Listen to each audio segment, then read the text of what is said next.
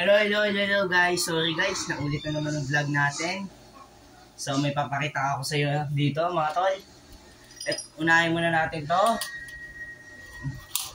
Itong baril. Unahin lang muna natin tong 45. Mas, so, lumayas ka dyan. Sorry guys. Yung pusa ang kulit eh. Ayos ka doon. Doon ka muna, nagpa-vlog ako. So yun guys. Ito yung C18A 1911 ko. Sorry guys, nandiyan si Cosmos eh. Ito na nga guys. Pero ano na to eh, mas malakas pa to sa gas blowback pistol. Hindi siya dirat-rat talaga. Eh kakalabit ka sa, hindi siya automatic. Kasi sprint type lang to eh. Ba, gano'n mo siya, tapos gano'n ulit. Kalabit ka sa, tapos nakakabasag ng bote ng gin. Pero matagal na to sa akin eh, nung nakatira pa ako sa Laguna. Ito yung baril ko, pero ang pinakauna yung Beretta. Ito kasing baril na to, bili ko na nung nasa Laguna pa ako. Nakatira pa kami sa Laguna, ganito yung pinapabili kong baril.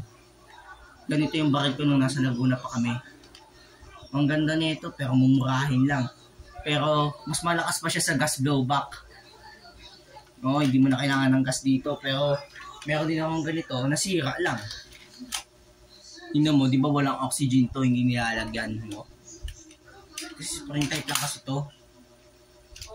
Yung gas blowback kasi, automatic na puputok na yun.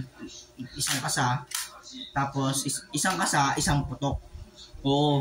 Ganun pag sa gas blowback, isang kasa, tapos putukin mo ng putukin, automatic na yun.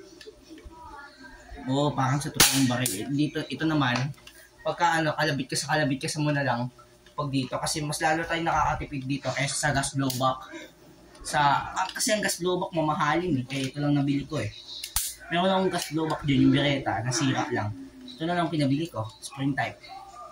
Pero matagal na to sa akin, nung nakatira pa ako sa Laguna, ito na yung baril na pinabili ko. Tapos nun, ito pa yung mga unit kasi itong malakas. So tayo dito. Tapos unahin lang natin itong Beretta. Itong Beretta natin, mas malakas to. Itong Beretta na to, matagal na rin to sa akin nung mga March 17. Binili ko itong mga March 17. Nakatira pa ako noon dati nun sa Laguna. Ito rin yung pinapabili kong baril. Ito yung pinapabili kong baril nung nasa Laguna pa kami. Ganitong baril. Sa bensin namin ito binili. Layo nun eh. Galing pa kami. Nagbatok lang kami. Ito lang yung pinabili kong baril. Pero itong baril, ano na rin to? Matagal na to rin sa akin. Ilang years na rin itong baril na to. 1 year ago na itong binili. 1 year ago, binili na namin ito noong nung dati, 1 year ago, binili na namin ito. Matagal na rin ito sa amin. Binili namin ito ni Daddy sa Vincent, sa Maynila. Nakatira pa rin kami sa Laguna. Kaya tingnan mo, kunti pa lang yung gas-gas niya. Tingnan mo si City na yan, daming gas-gas. Ito, kukunti lang ang gas-gas nito. Pero tagal na nito, pero parang bago pa rin. Pero hindi kagaya ni City na parang, tingnan mo sa features niya, lumang-luma na. Kaya puro gas-gas. Busa kasing natutok na pang pintura nito. Huwag tumatagal. Pero maingat ako sa paggamit. Pero kusa talagang nagtutuklap. Tapos yung isa papapakita namin si Glock. Yung si Glock, matagal na rin to sa akin. Noong mga August, nabili namin to. Mga August 10, binili namin noong August 10. Ano na rin to sa akin, matagal na rin to sa akin. Kaya pag tinignan ko yung features niya, ang ganda niya. So, wala na yung lock niya, hindi na siya naglalak. Kahit wala na siyang bala, hindi na siya naglalak. Sira kasi yung lock niya, binaksak kasi ito ni Cosmos sa cabinet. Binaksak niya to. Kaya nasira yung lock niya. Kaya pag kinakas ako, hindi na siya naglalak. Pag wala na siyang bala, wala na siya. Sira yung lock niya eh. Ayaw nang gumana. Sira na. Pero maayos pa naman yung pagpuputok niya. maayos pero yung lock yung nasira. Pero yung meron pa ako ipapakita, itong revolver. Itong revolver, matagal na rin to sa amin. Ilang year na to sa akin itong revolver. Itong pang cowboy. Binili pa namin to nung nasa Laguna rin pa kami. Matagal na rin to sa akin, binili pa to ng mami ko sa Lazada. Oo, matagal na rin to sa akin. Hindi natin ipapakita kasi baka luma na. Itong revolver, 45 dapat. Tapos yung isa pa dito, meron tayong unit dito, ano? Itong Glock. Oo. Ito naman yung Glock. Wait lang guys. Wiwi lang ako. Sorry guys ha. Boss, layas ka nga rito. Layas. Baka parang hindi ka pinapakain.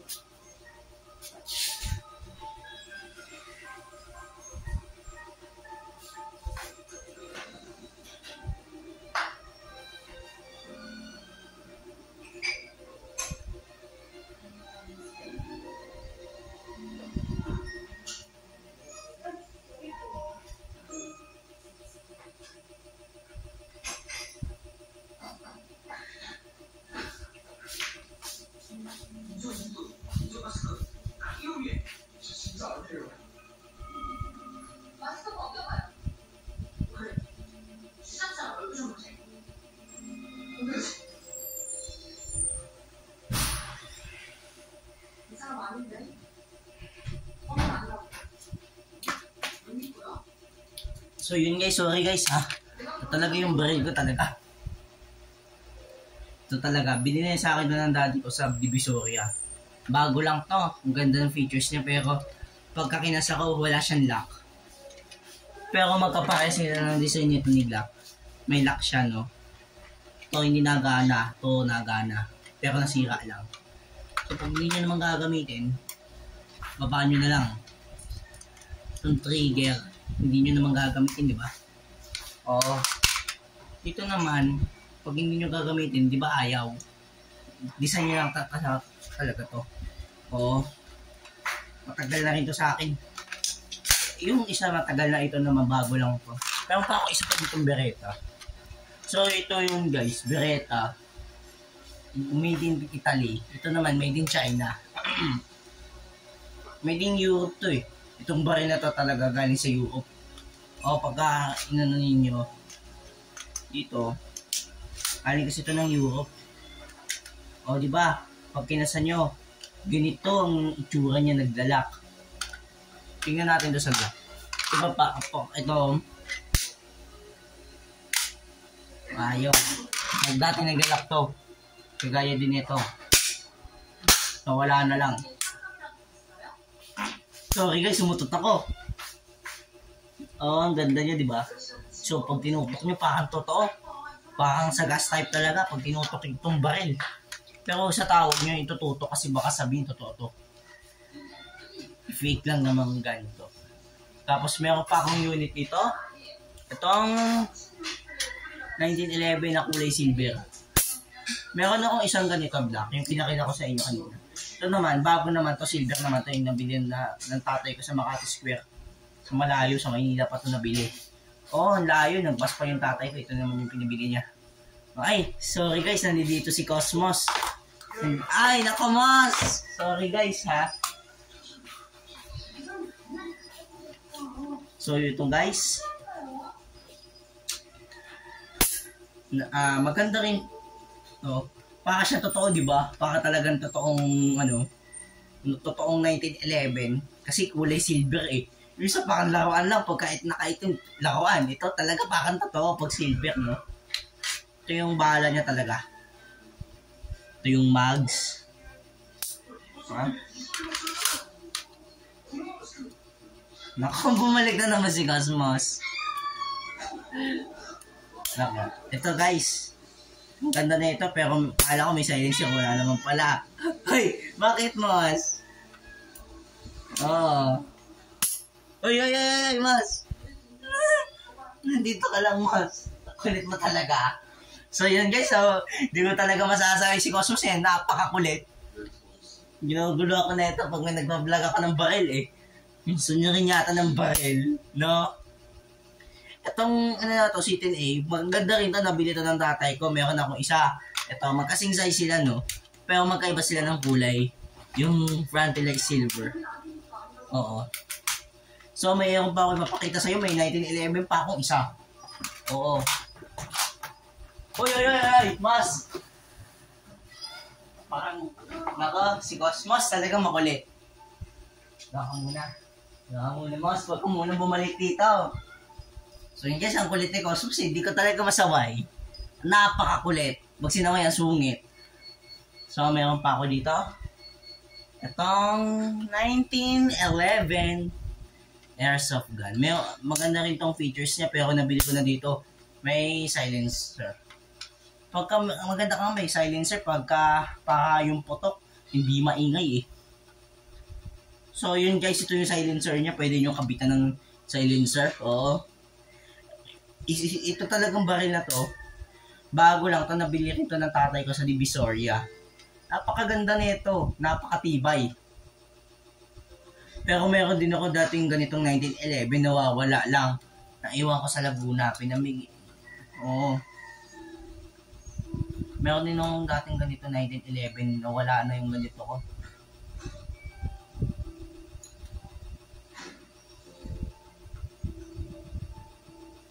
So,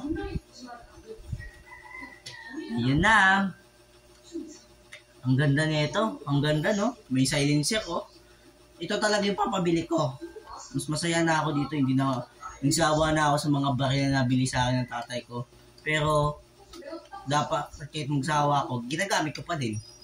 Kahit magsawa na ako dito sa baril, gagamitin ko na lang sa pusa. Kasi ang kukulit ng mga pusa dito, eh. Sige po, wait lang, nag-vlog ako. So yun guys, ang ganda nito, no? May silencer pa. So yun guys, nakatago dito yung mga bala dito sa cabinet. Oh. So yun guys, uunahin lang natin yung mga nandito. Itong Beretta. Marami tayong unit na pwede natin palaban dito sa mga to. Sino talaga yung malakas. Ito kasi, hindi ko to magagamit. Predator guns lang kasi to. Pang display lang talaga to. Oo. Kanan din ito sa cowboy. Pang display lang din itong dalawang revolver.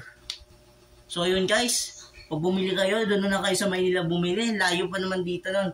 Ano nyo lang, dala mo o pa Lazada, ipa-deliver nyo na lang papunta dito. So yun guys, mag-subscribe na kayo.